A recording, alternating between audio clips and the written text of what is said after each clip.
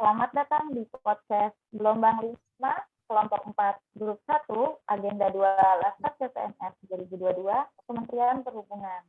Podcast kali ini menampilkan saya sebagai host, Cici Rahmadini, dari BPPD Wilayah 12, Provinsi Bali dan Nusa Tenggara Barat.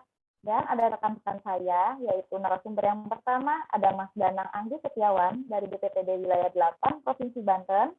Dan yang kedua ada Mas Joshua Agustika Sebayang dari UPBU Namrole, Maluku Selatan. Kemudian ada Mas Maulana Hasya dari BPPD Wilayah 18 Sulawesi Tenggara. Dan yang terakhir ada Mas Ahmad Lutfi Lajuardi dari UPBU Merbei Papua Barat. Podcast kali ini kami akan mengupas tentang nilai dasar ASN Core Values berakhlak. Baiklah, kita langsung aja ke pemaparan serta implementasi seperti apa sih di dunia kerja, terutama di Kementerian Perhubungan, yaitu dari Mas Danang Anggi Setiawan yang akan membahas berorientasi pelayanan. Kepada Mas Danang, dipersilakan. Baik, terima kasih Mbak Uci.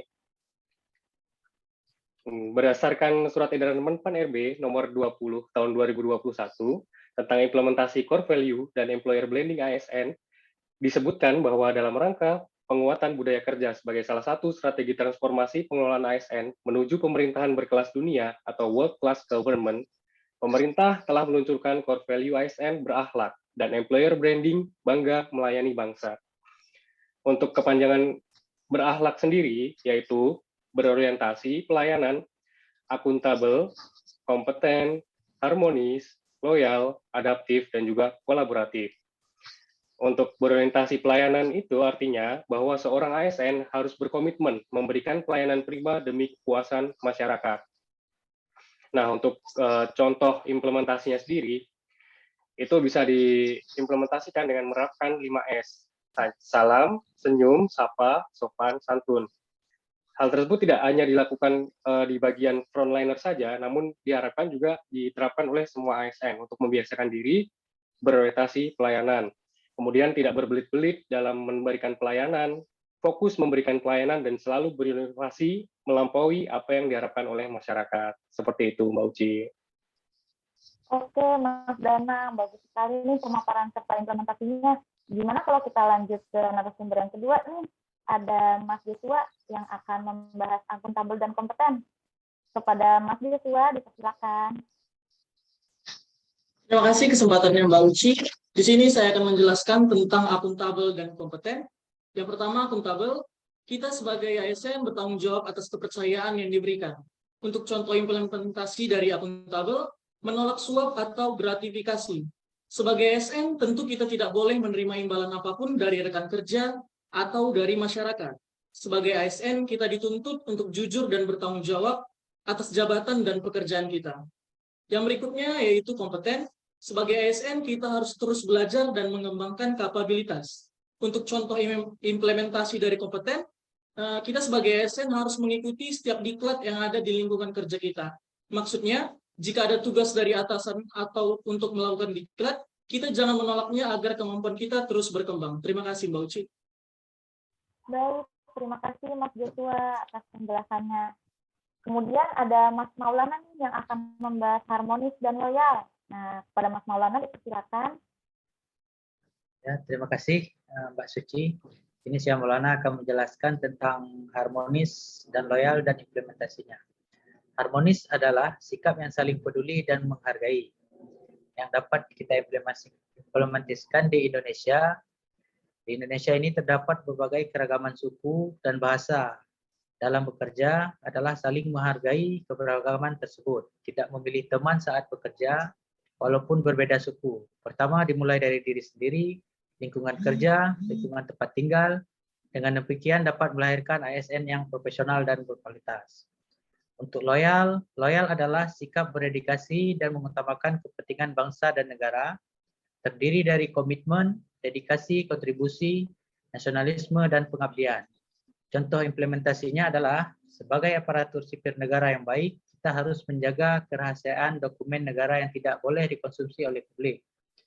Contoh kedua, sebagai ASN, atau aparatur sipil negara Indonesia, kita harus senantiasa berkontribusi dalam memajukan negara Indonesia, baik dalam bentuk pikiran ataupun jerih payah kita dalam bekerja. Terima kasih Mbak Suci, itu saja pemaparan dari saya. Wah, keren nih pemaparannya nih Mas Maulana. Oke, kita bisa lanjut nih ke Mas Ahmad Lutfi.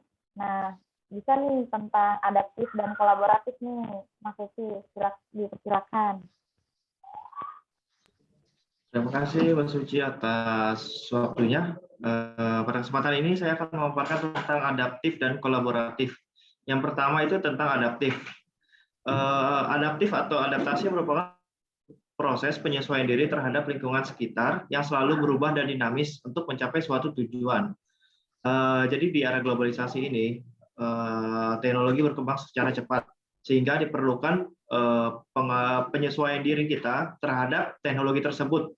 Sehingga bila SDM di Indonesia, terutama untuk ASN, apabila sudah mengadaptasi teknologi tersebut, maka akan tercipta daya saing global yang bagus untuk negara Indonesia. Contoh implementasi adaptif di lingkungan sehari-hari itu seperti contohnya aplikasi publik yang saat ini banyak sekali pelayanan publik yang menggunakan aplikasi, tetapi masyarakat tuh suka bingung karena banyaknya aplikasi, sehingga dibutuhkan kolaboratif antar instansi. Maka itu kolaboratif adalah suatu proses kerjasama dua atau lebih individu atau instansi untuk mencapai suatu tujuan.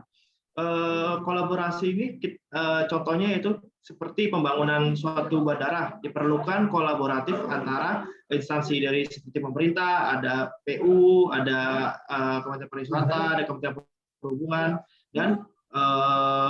dan swasta dan BUMN, sehingga terciptanya konektivitas antar moda dan transfer antar moda seperti itu.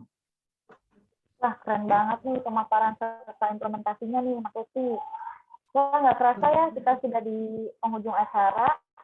Kalau begitu, bisa saya simpulkan, jadi yaitu adalah pelayanan yang prima dan memenuhi harapan masyarakat merupakan muara dari reformasi birokrasi, sebagaimana tertulis dalam Perpres nomor 81 tahun 2010 tentang Grand Design Reformasi Birokrasi 2010 sampai 2025, yang menyatakan bahwa visi reformasi birokrasi adalah pemerintah berkelas dunia yang ditandai dengan pelayanan publik yang berkualitas.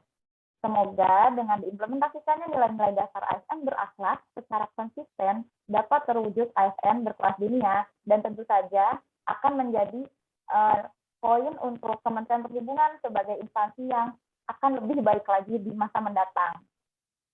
Ya sampai saat ini itu dulu yang bisa kami sampaikan. Sampai ketemu lagi di lain waktu di podcast selanjutnya. Terima kasih semuanya.